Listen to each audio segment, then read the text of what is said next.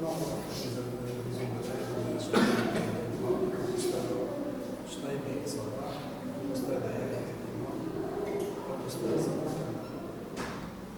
بدون إطالة راح نستمع إلى العرض الذي ستقدمه والذي يشمل على حوصلة من النتائج التي حصلت عليها خلال مسارك للدكتوراه. تفضل. بسم الله الرحمن الرحيم والصلاة والسلام على أشرف الأنبياء والمرسلين. أما بعد السلام عليكم ورحمة الله تعالى وبركاته. I am Dr. Showqi here to present my PhD thesis defense on ab initio study of two-dimensional materials based on transition method data analysis. I would like to express my gratitude to my supervisor, Professor Yahya Hakima, for her invaluable guidance and mentorship, and to the esteemed defense committee members, Professor Ahmed Dur, Professor Sabah Shtaybi, Professor Hakim Aziz, and Professor Gamizani. Before diving into my research findings, let me give you a quick outline of what I will cover in my presentation. First, I'll introduce spin mechanics and two-dimensional materials. Then I'll explain the theory and methods I used, like DFT and calculation techniques. Next, I'll share and discuss the results I found. Finally, I will summarize what we discovered and suggest ideas for future research. As little devices follow Moore's law by becoming smaller and faster, traditional methods are reaching limits in miniaturization. Next generation technologies are needed for lower energy consumption and faster operation. Spintronics, blending spin and electronics, is a promising solution. It uses electron spin as an information carrier and with charge as an information carrier up for 1 and down for 0. Spintronics offers different functionality compared to traditional electronics, but it faces challenges such as spin injection, fully polarized carriers, and spin orientation detection. To overcome these, researchers have introduced novel spintronic materials with specific properties. Here we present 6 of the most searched and famous classes of spintronic materials. The first one is called the ferromagnetic semiconductors, which are semiconductors characterized by an asymmetric band structure between spin-up states and spin-down states. The second class is called half semiconductors, which feature a narrow band gap in one spin channel, while the other exhibits much wider band gap, highlighting a clear contrast between the two. The third class is called the spin-gapless semiconductors, which are characterized by semiconductor behavior in one spin channel, while in the opposite channel, the valence band maximum and conduction band maximum meet or nearly meet at the Fermi level. The fourth class is called the bipolar ferromagnetic semiconductors, which are semiconductors characterized by unique electronic structure, where valence band maximum and conduction band maximum don't belong to the same spin channel. The fifth class is called transformers, which are materials characterized by metallic behavior in one spin channel and semiconductor behavior or oscillator behavior in the other. The last one is called the direct half metals, which are a subclass of half metals characterized by semiconductor character in one of the spin channels and a metallic character with the presence of a direct ion in the other channel. Since its discovery in 2004, graphene has sparked the new field merging material science and physics. Graphene made of single layer of carbon atoms in honeycomb pattern has special properties. However, its lack of band gap limits its use in spintronics. To tackle this, scientists have tried adding the band gap using substrates and chemicals, but this often comes with the cost of reducing other properties. So researchers turn to look for other two-dimensional materials with a better potential.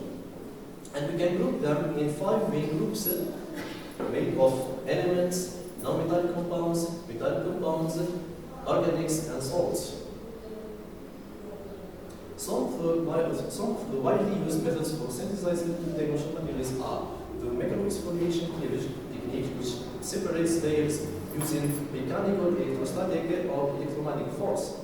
We have also the liquid phase exfoliation, where layers are exfoliated in a solvent using ultrasound. The other one is the famous one, the chemical vapor deposition, which involves directly depositing the vaporized material on a substrate. Unfortunately, the non-magnetic nature of most of the discovered two-dimensional materials and the difficulty to master experimental techniques to induce magnetism have pushed scientists to explore alternative two-dimensional materials with intrinsic magnetism. One solution proposed is the transition method reanalysis, RMS3, where M stands for transition metal atom and X stands for the halogen atom. These materials have weak van der Waals interactions between their layers, making it possible to easily separate them into single layer nanosheets. Importantly, their intrinsic ferromagnetism remains in most of them, even in few layer and one-layer forms. For instance, the chromium-3 iodine, which is a member of this family, was one of the first experimentally synthesized two-dimensional ferromagnets in 2017, and this highlights the significance of MX3 in the study of two-dimensional materials, magnetic ones. Now, we move to the theory and methodology section. Electrons and nuclei are tackled quantum-mechanically with a many-body Schrödinger equation, aiming to minimize the Hamiltonian expectation value. However, its complexity, comprising 4 terms, makes it computationally demanding. DFT simplifies the problem by focusing on electron density rather than the wave function. Electron density contains all necessary information, easy analysis be adjusted to minimize energy using universal functional countering electron interactions. The heart of DFT rests on 2 theorems. The first one states that the external potential uniquely determines the ground state electron state in quantum mechanical system, while the second one affirms the existence of universal functional of the electron density, when minimized it yields the exact ground state energy of the system. In DFT, the Harvard theorems tell us that the ground state energy and density minimize the functional, guaranteeing the right number of electrons.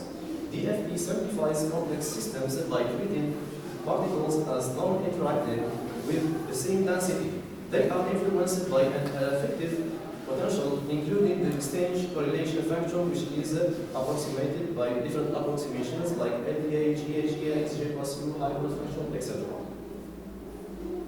In DFT, pseudo-potentials minimize all electrons effects, enhancing speed and accuracy. Various types of them, such as non-conserving, ultra-soft, project moment, etc., are tailored to specific computational domains. Implementing DFT theory, DFT requires iterative quantum equations ensuring self-consistent electron density. We start with the initial potentials and structures, considering factors like lattice structure, lattice type, then iterate under convergence. Software like quantum espresso, gas step, and fast aid these calculations. All of our calculations or results were obtained using the VASP code with the GGA plus U method. Now we move to discuss our results. The first study material was the I3 model A, which has an IE sandwiched layer extracted by the magnetic ions form a honeycomb network in octahedral coordination and sharing with 6 ions. After relaxation, the obtained lattice parameter was found to be 7.241, which is consistent with other studies. Also, the calculated negative formation energy and confirms its thermodynamic stability. Concerning the electronic and magnetic properties of the crystalline I3 model layer, we have found it to be a bipolar ferromagnetic semiconductor with an energy gap equals to 2.356, but is subject to reducing by including the spin orbit effect. Also, the I3 exhibits a magnetic properties with total magnetic moment of 6.0 per magnetron per unit cell. Moreover, the ferromagnetic stability was confirmed with energy difference of minus 34.9 milli-electron volt. After constructing 2 by 2 by 1 supercell, we have built a molecular monorail with 5 different transition metal atoms, which are scandium, titanium, vanadium, chromium, and manganese. And they are all thermodynamically stable due to the obtained negative formation energy, especially in the average experimental condition. And we noticed that the scandium double system was the most stable one. Now we move to discuss the electronic properties of each double case. After doping a molecular monorail with the scandium, it turned to be a ferromagnetic semiconductor with indirect band gap, which has application in spectrometrics, sensors, optoelectronics, and etc. We see also from the density state, from those figures, that the valence band maximum is mostly contributed by ample for the states, while the conduction band maximum is contributed by ample for the scandium 3D states. After including the spin orbit effect, we noticed that the band gap value is reduced a little bit. Similarly, the titanium, when we introduced the titanium dopant, it introduced the same effect as scandium. It turned to be a ferromagnetic semiconductor with a smaller indirect band gap. And we see that the valence band maximum and conduction band maximum primarily contributed by the titanium 3D states. By including the spin orbit effect here, we see that the band gap value is increasing. Now concerning the double case with the vanadium, it turned to be a half semiconductor with a band gap equals to 0.96, which has a potential applications in spin valves, magnetic tunnel junctions, etc. We see that the valence band maximum is mostly contributed by the ample 40 states and I5p states, indicating the existence of hybridization between them, while the conduction band maximum is mostly contributed by vanadium 3D states. By including the spin orbit effect, we see also that there is an increase in the band gap. When you introduce the chromium dopant into the supercell, also similarly to the vanadium, this double case has half semiconducting properties. We see that the valence band maximum is also contributed by ample 40 states and iodine 5p states, while the conduction band maximum is contributed mostly by chromium 3D states and iodine 5p states. By including the spin orbit effect, we see that also there is an increase in the band gap. Finally, and interestingly, when we introduce the manganese dopant, it turned to be a half metal. As you can see here, the impurity states are crossing the Fermi level, and they are resulted from the hybridization of the ample 4D states and ample 3D states. We see that the spin orbit effect, by including the spin orbit effect, the material stays a half metal. Now we move to talk about the magnetic properties, and they perform summarizes the magnetic moments of the supercell, of the dopant, and of the host atoms. We see that here that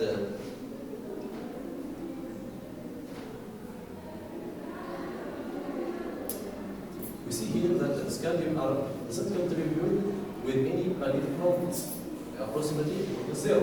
This is confirmed by the spin density isosynthesis. While this is an illustration of the spin of the electron density of spin ups difference between and the spin down difference. Well, the yellow the yellow color stands for the spin up electrons and the blue for spin down electrons. Also, we see a small value of one neutron introduced by the titanium double case. Also confirms by spin density of isosurfaces. While vanadium contributes of approximately 2 Bohr magnetron to the supercell and also confirms by spin density isosurfaces. We see here that the total magnetic moment is increasing from the scandium to other planets. On the other hand, the chromium fragment have introduced to the supercell or contributed with a 3.5 Bohr magnetic moment. Which also we see that there is an antiferromagnetic coupling between the doped and the host atoms. Here we see that the manganese have increased the total magnetic moment of the comparing to the pristine supercell by 1 Bohr magnetron. And this is illustrated in the spin isosurface density figures. Since the robust ferromagnetism and high Curie temperature are essential for real-world spin applications, we have calculated in the mean field approximation to Curie temperature and found that the high TC values observed in the titanium and the manganese that exceeds 600 Kelvin and predicts values that even can stand in reality. Also, the ferromagnetic stability was increased significantly from the scandium to the manganese.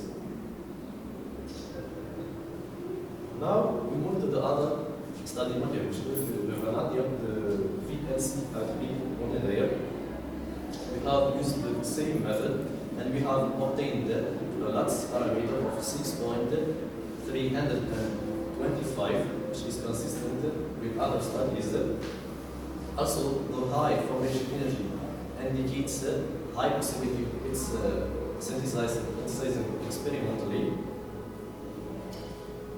and it is a thermodynamic stable. At the same as the 1I3, we have here the electronic properties of the VCL3 monolayer says that it exhibits magnetic properties with a total magnetic moment of 4 per unit cell. The ferromagnetic stability was confirmed with the magnetic energy difference of minus 34.6 milliton as in previous studies. The VCL3 is characterized by the zero band gap in the spin channel and indirect wide band gap of 4.635 electron volt is the spin down channel with a direct count, and it can be classified as a direct half metal. By constructing 2 by 2 by 1 supercell, we have dropped this monolayer using 5 transitional atoms, which are the scandium, titanium, chromium, manganese, and iron. And we have obtained high formation energies, which indicates the high possibility to synthesize these materials in experiment, especially under the Cl-rich conditions. While the scandium double case was the most stable one. Now we move to discuss the electron properties of transition metal double case. We see that when introduced the scandium doublet, now the material is a ferromagnetic semiconductor with an indirect band gap, which has potential applications in spin tolerance, sensors, and optoelectronics. We see that the gas band maximum and potential band maximum primarily contributed by the vanadium free states. When doping with titanium, we obtained the same with a little bit narrow band gap, and we can see that it is indirect band gap semiconductor, where the vast band maximum primarily are contributed by the titanium 3D states, and the conduction band maximum is primarily contributed by the vanadium 3D states. On the other hand, we have a direct band gap semiconductor by doping with the chromium, and we see that the valence band maximum and conduction band maximum primarily contributed by the vanadium 3D states. Now we dump with the manganese and dopant, the semiconductor had turned to be a spin gapless semiconductor, which has potential applications in spin valves, spin filters, etc. We see that the valence band maximum and conduction band maximum are primarily contributed by the Mn 3D states and the Cl 3D states, which indicates the existence of hybridization between them. Finally, after doping with the iron, now it turned to be a bipolar ferromagnetic semiconductor with an energy band gap of 1.624 electron volt. And we see that the valence band maximum is primarily contributed by the vanadium 3D states, while the conduction band maximum is contributed by the iron 3D states and the rod 3D states, indicating the existence of hybridization between them. Now we move to talk about the magnetic properties. We see that in scandium dopant case and the titanium dopant case, the dopants have contributed with a little bit of magnetic moment. While here in the chromium dopant and the manganese and the iron dopant, we see that there is an increase in the total magnetic moment per supercell compared to the pristine case. This is also confirmed by spin density isosurfaces. We see that the Lord is on the ferromagnetic coupled with the host arms.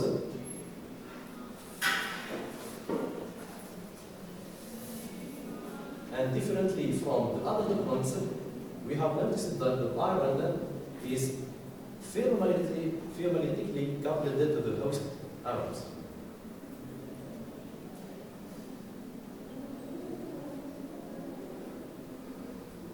As a conclusion, substantial doping significantly alters the structural, electronic, and magnetic characteristics of MI3 and PCL3 monolayers.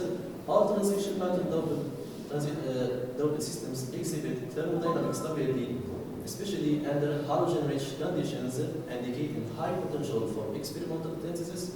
The introduction of transition matter dopants introduces noteworthy changes in energy gaps and impurity states, impacting the electronic structures of materials.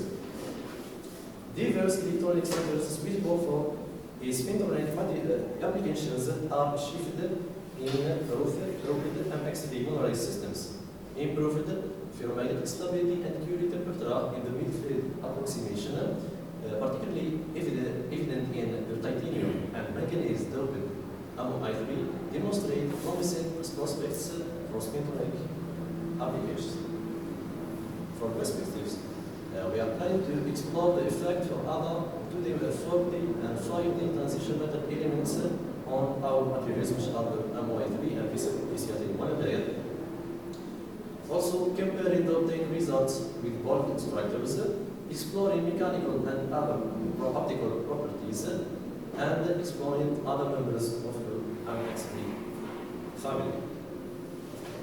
Thank you for your attention.